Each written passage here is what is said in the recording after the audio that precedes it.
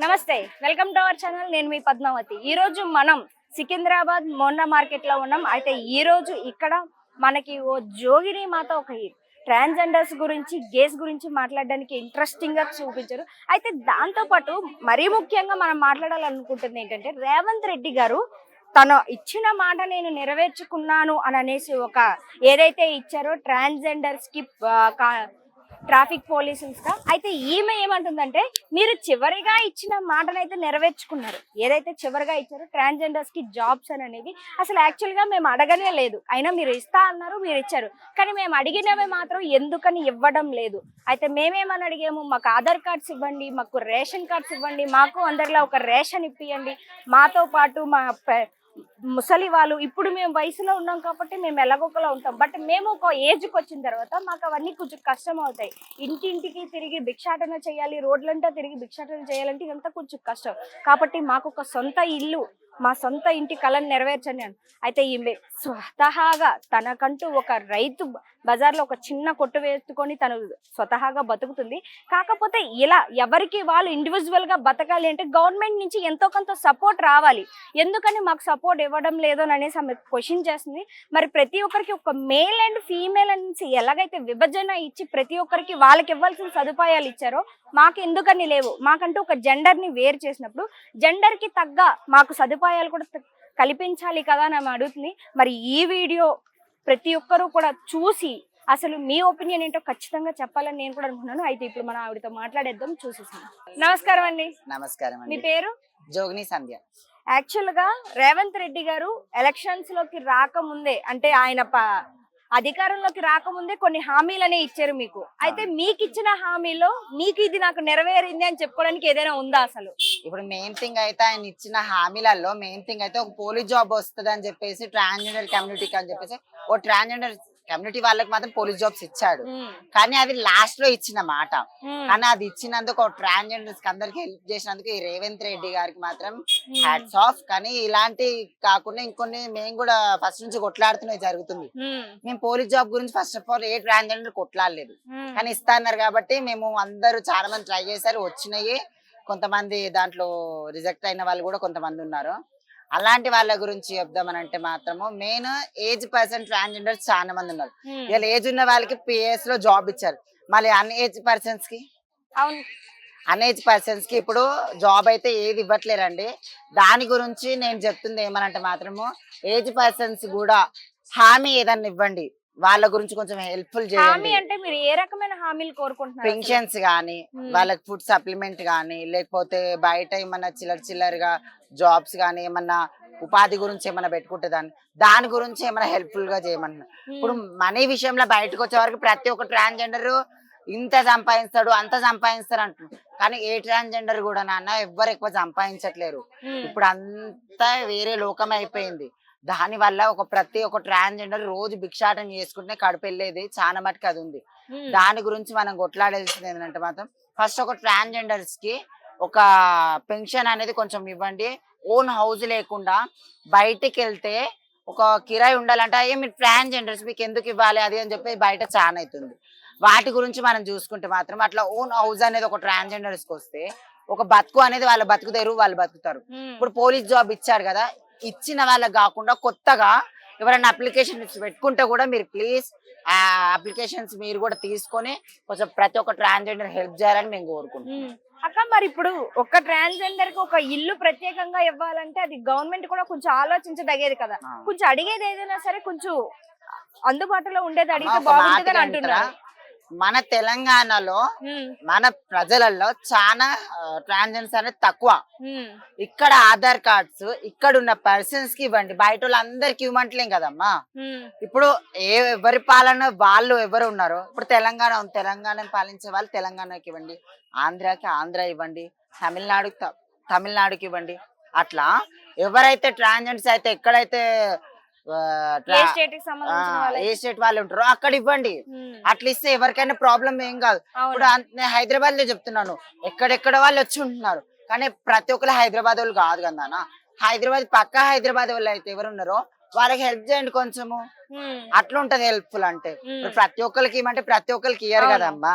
అట్లా అక్క మరి మీకు ఇప్పుడు అసలు ఆధార్ కార్డ్ రేషన్ కార్డ్ ఇలాంటివి ఏమైనా అసలు ఉన్నాయా, ఇచ్చారా లేదు ఇంక ట్రాన్స్ ఇప్పటికి? కమ్యూనిటీ ఆధార్ కార్డు గురించి చాలా మంది ట్రై చేసి కొంతమందికి వస్తున్నాయి, కొంతమందికి రావట్లేరు. ట్రాన్స్జెండర్ కార్డ్స్ గురించి కూడా ట్రై చేసి ఇవాళ కూడా నేను ట్రాన్స్జెండర్ కార్డు గురించి అప్లికేషన్ పెట్టుకోవడానికి వెళ్ళి ఇవాళ వచ్చాను. చాలా మంది గే పర్సన్స్ ఉన్నారు, వాళ్ళ గురించి కూడా హెల్ప్ చేయాలని చెప్పి చాలా మేము కోరుకుంటాం. మరి ఇప్పటికొచ్చి మీకు రేషన్ లేదు కదా, మరి లేదు. ఇప్పటి వరకు మీకు రేషన్ అనేది పెట్టలేదు, మరి ఫుడ్ కావచ్చు, మిగిలిన సదుపాయాలు కావచ్చు, అంటే గవర్నమెంట్ నుంచి వచ్చేదంటే మీకు ఎంతో కొంత హెల్ప్ అవుతుంది.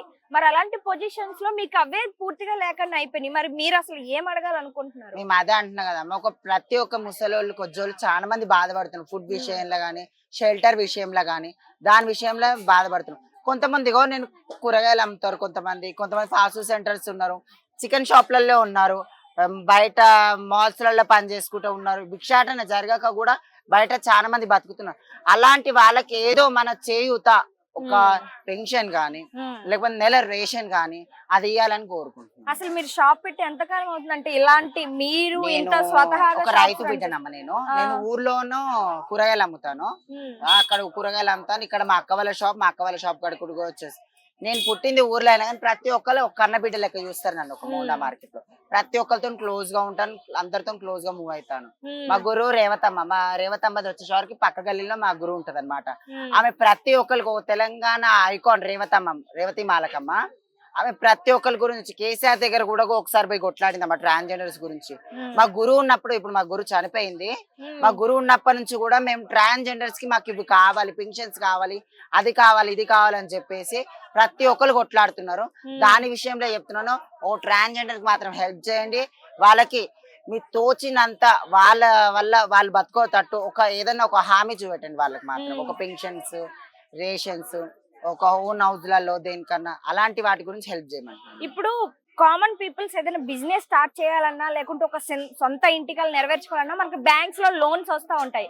మరి మీకు అవి అమలు అవుతున్నాయా? అసలు ట్రాన్స్జెండర్ ఎవరికి కూడా బ్యాంక్లలో లోన్స్ ఎవరు ఇస్తలేరండి. నేను బండి తీసుకుందామంటే కూడా లోన్ ఇవ్వలేరు నాకు. బండి తీసుకున్నాను ఫైనాన్షియల్ గా, నేను కొన్ని మనీ కట్టాను. ట్రాన్స్జెండర్స్ మీ ఆధార్ కార్డ్ అవన్నీ, ఆధార్ కార్డు ఇట్లా అవన్నిటి గురించి మేము ఆల్రెడీ కొట్లాడుతున్నాం. మళ్ళీ మేమేమని బతకాలి ఇప్పుడు? ఇప్పుడు మేల్ ఫీమేల్ అంటారు, ఇప్పుడు అదర్ అని చెప్పేసి మాకు కొత్తగా యాడ్ అవుతుంది. మళ్ళీ అదర్ అన్నప్పుడు ఒక ట్రాన్స్ అని చెప్పి పెట్టేసి మాకు కొద్దో మా ఐడెంటిటీ మాకు కొంచెం ఇప్పించి, మా ఆధార్ కార్డ్స్ కానీ, మా రేషన్స్ కానీ, మా పాన్ కార్డ్స్ కానీ ఇవన్నీ ఒక ట్రాన్స్ అని చెప్పేసి మాకు ఓన్ గా ఇప్పియాలని మేము కోరుకుంటున్నాం. మీకు ఇలాగా చేసుకునే కంటే భిక్షాటనలోనే ఎక్కువ డబ్బులు వస్తాయి, ఇంకా మా గవర్నమెంట్ నుంచి ఎటువంటి సపోర్ట్ అవసరం లేదని కొంతమంది మాట్లాడుతున్నారు. అమ్మా వింటారా? అవి మన సైడ్ వాళ్ళు కాదమ్మా, ఎక్కడ సైడ్ వాళ్ళు ఇక్కడ వచ్చి కొట్లాడిన వాళ్ళు ఉంటారు చూసినావా, వాళ్ళ ప్రౌడ్నెస్ ఎక్కువ ఉండి వాళ్ళు బతుకుతున్నారు. ఇక్కడ సైడ్ వాళ్ళు మాత్రం చాలా హీనమైన పరిస్థితిలో ఇప్పుడు ఉన్నారు.